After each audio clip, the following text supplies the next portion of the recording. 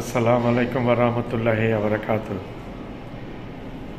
বাংলাদেশের একটি উচ্চ সামরিক প্রতিনিধি দল lieutenant general S M Kamrul হাসানের নেতৃত্বে রাওয়ালপিন্ডি সফরে গিয়েছেন এবং সেখানে গিয়ে পাকিস্তানের সেনাপ্রধান জেনারেল আসিফ মুনিরের সাথে সাক্ষাৎ করেছেন দ্বিপাক্ষীয় স্বার্থ সংশ্লিষ্ট ব্যাপার নিয়ে এবং সামরিক ব্যাপারাদি নিয়ে, এবং Pakistan joint chief of staff কমিটির চেয়ারম্যানের সাথে বৈঠক করেছেন। আরও বৈঠক করেছেন বিমান বাহিনী প্রধানের সাথে, তারপর বৈঠক করেছেন নৌবাহিনী প্রধানের সাথেও। ভারতের গায়ে জ্বালা ধরে গেছে, সাথে জ্বালা ধরেছে মোদির গায়েও।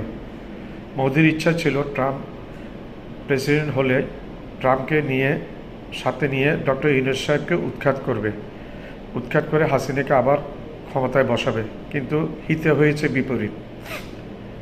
যেদিন ট্রাম্প শপথ গ্রহণ করছে সেদিন মার্কিন রাষ্ট্রদূত, ঢাকায় নিযুক্ত রাষ্ট্রদূত ডক্টর ইউনূস সাহেবের সাথে বৈঠক করেছেন এবং বৈঠক করে উনি বলেছেন যে বাংলাদেশকে আমেরিকা সাহায্য করবে, যতটুকু সাহায্য প্রয়োজন, যা যা করার আমেরিকার পক্ষ থেকে বাংলাদেশকে সাহায্য করবে, এই আশ্বাসটা ডক্টর ইউনূস সাহেবকে জানিয়েছে। এবং ডক্টর ইউনূস সাহেবও মার্কিন রাষ্ট্রকে বাংলাদেশের এই সরকারের ভবিষ্যৎ পরিকল্পনা অবগত করেছেন, সরকারের ভবিষ্যৎ পরিকল্পনাটা অবগত করেছেন এবং নির্বাচনটা কীভাবে হবে সেই জিনিসগুলো অবগত করেছেন।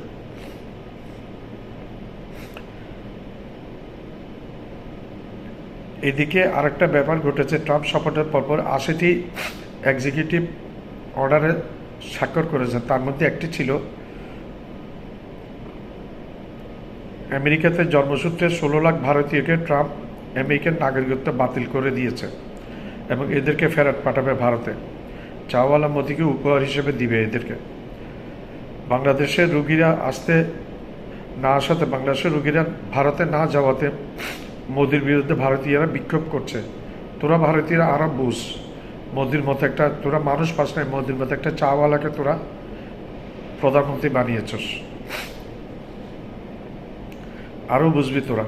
চীনের সহযোগিতায় বাংলাদেশে বিশাল একটি হাসপাতাল নির্মিত হতে যাচ্ছে এবং বাংলাদেশিরা তোদের ভারতে আর চিকিৎসার জন্য যাবে না, বাংলাদেশেই চিকিৎসা করবে।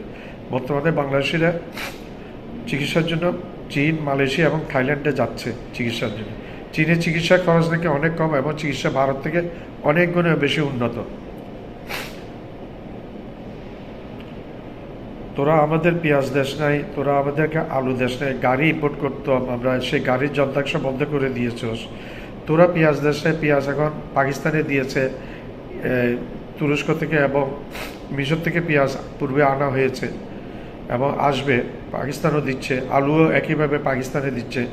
গাড়ির যন্ত্রাংশ আমরা প্রয়োজনে চায়না থেকে আনবো, যেগুলো হবে না এগুলো আমাদের ঢাকার জিঞ্জিরাতে তৈরি হবে।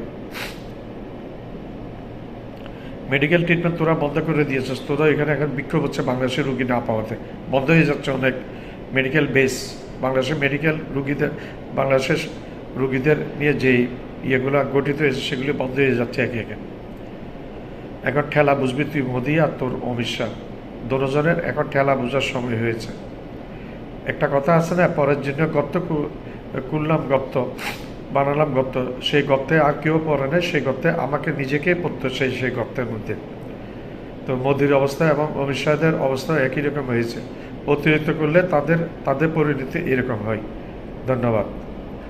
আমার চ্যানেলটা আপনারা একটু সাবস্ক্রাইব করবেন, বেল আইকনটা প্রেস করবেন, লাইক করবেন, শেয়ার করবেন।